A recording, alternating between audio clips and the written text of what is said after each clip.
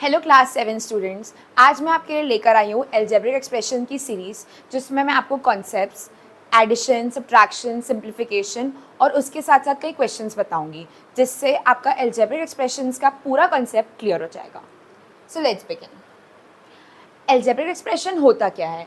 ये एक कॉम्बिनेशन होता है कॉन्स्टेंट्स यानी नंबर्स का, उसके साथ साथ लेटर्स यानी वेरिएबल्स का। इसमें प्लस मैथमेटिकल ऑपरेशन जैसे कि प्लस, माइनस, मल्टीप्लिकेशन, डिवीजन सब होता है।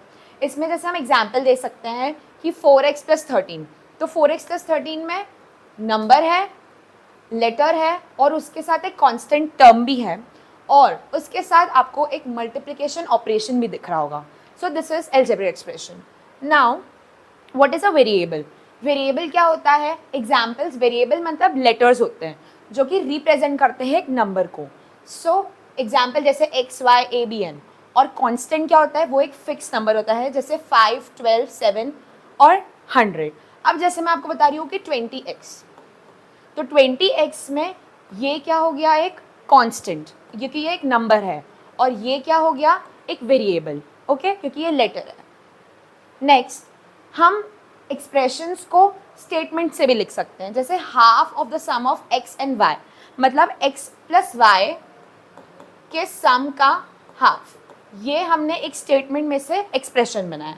Diameter is twice the radius, मतलब डायामीटर जो है वो रेडियस का 2 है, 2 मल्टीप्लिकेशन है, तो diameter is twice the radius. Cost of 3 pens and 2 erasers, तो कॉस्ट ऑफ 3 पेन्स + 2 इरेजर्स, तो ये हमने एक उसके साथ वेरिएबल ले लिया प्लस कॉन्स्टेंट्स। नाउ टर्म्स क्या होती हैं?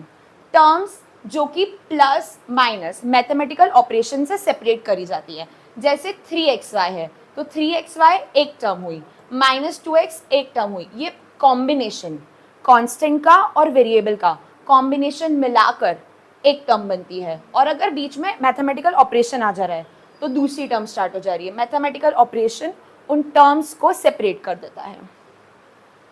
नेक्स्ट, फैक्टर्स क्या होते हैं? फैक्टर्स यानी कि ये अलग अलग टर्म्स, जैसे कि वेरिएबल, कांस्टेंट्स, तो 3xy एक टर्म में कितने अलग अलग कांस्टेंट और वेरिएबल है वो सब मिला के, जैसे मैं आपको बता रही हूँ 4xyz, तो इसके फैक्टर्स क्या होंगे? 4x, y और z, ये इसके अलग अलग फैक्टर्स होंगे। नेक्स्ट आपको मैं बताती हूँ कांस्टेंट टर्म। कांस्टेंट टर्म क्या होती है? जिसमें कोई भी वेरिएबल नहीं होता है। जैसे मैंने लिखा 3x, तो इसमें कोई कांस्टेंट टर्म नहीं है। क्यों नहीं है? क्योंकि 3 के साथ एक वेरिएबल है। पर मैं आपको बोल रही हूँ 3x + 7, तो 7 जो है वो कांस्टेंट है। क्यों? क्योंकि इसमें कोई भी वेरिएबल नहीं है। कांस्टेंट हमेशा एक वेरिएबल के बिना होगा। नेक्स्ट, अब दो चीज़ें आती है, लाइक टर्म्स और अनलाइक टर्म्स। जैसे कि 3x, -15x और x, इन सब के वेरिएबल सेम है, तो ये लाइक टर्म्स होंगी, और लाइक टर्म्स ही हमेशा ऐड और सब्ट्रैक्ट कर सकते हैं। अनलाइक टर्म्स क्या हो गई? जैसे 17x,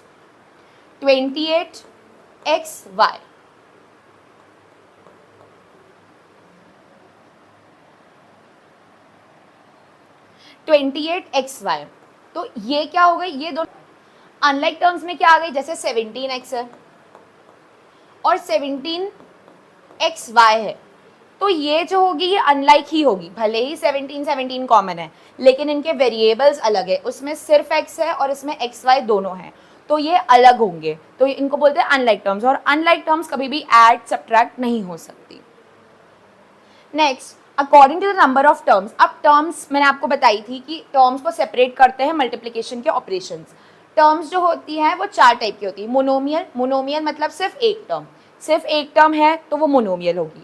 अगर 2 टर्म्स है, जैसे x + 5, 2 टर्म्स है तो वो होगी बाइनोमियल। अगर 3 टर्म्स आ जाती है तो वो होती है ट्राइनोमियल। और अगर 1 या 1 से ज़्यादा यानी 4 टर्म्स आती है, 4 से ज़्यादा, तो वो होती है पोलिनोमियल। ओके, तो मोनोमियल में सिर्फ 1 आता है, बाइनोमियल में 2 टर्म्स होती है, ट्राइनोमियल में 3 और पॉलिनोमियल में 4 या 4+ आती है। नाउ पॉलिनोमियल और नॉट अ पॉलिनोमियल, इसमें क्या होता है? पॉलिनोमियल के 2 कंसेप्ट होते हैं। होल नंबर पावर्स, मतलब उसके होल नंबर्स में पावर्स होती है, प्लस इसमें कोई भी वेरिएबल डिनोमिनेटर में नहीं होता है। जैसे मैं देख रही हूँ कि 2/x है, तो वेरिएबल डिनोमिनेटर में आ गया, तो ये एक पॉलिनोमियल नहीं है। अब y की पावर -1 दे रखी है, तो y की पावर -1 है, -1 is not a whole number, वो एक इंटीजर है, तो ये एक पॉलिनोमियल नहीं है। पॉलिनोमियल क्या है, x² + 3x + 1, इसकी जो पावर है वो होल नंबर में है, प्लस उसके साथ इसमें कुछ भी चीज़ डिनोमिनेटर में नहीं है, तो this is called a polynomial.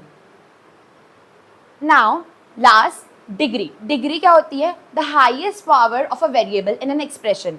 एक एक्सप्रेशन आपको दे रखा है, ओके इसमें हाईएस्ट पावर 15x, x की पावर दे रखी है क्यूब, इसमें x की पावर दे रखी है स्क्वायर, इसमें x की पावर कुछ भी नहीं है मतलब 1 और 7, इसमें सबसे ज़्यादा हाईएस्ट पावर x की क्या है 3, तो हाईएस्ट पावर, हाईएस्ट डिग्री क्या होगी 3, डिग्री को अब हम बोलेंगे 3, तो डिग्री जो होती है वो एक एक्सप्रेशन की highest power. Okay, so hope करती हूँ कि आपको ये सारी चीज़ें, ये कॉन्सेप्ट समझ में आए होंगे। Please like, subscribe and share our video.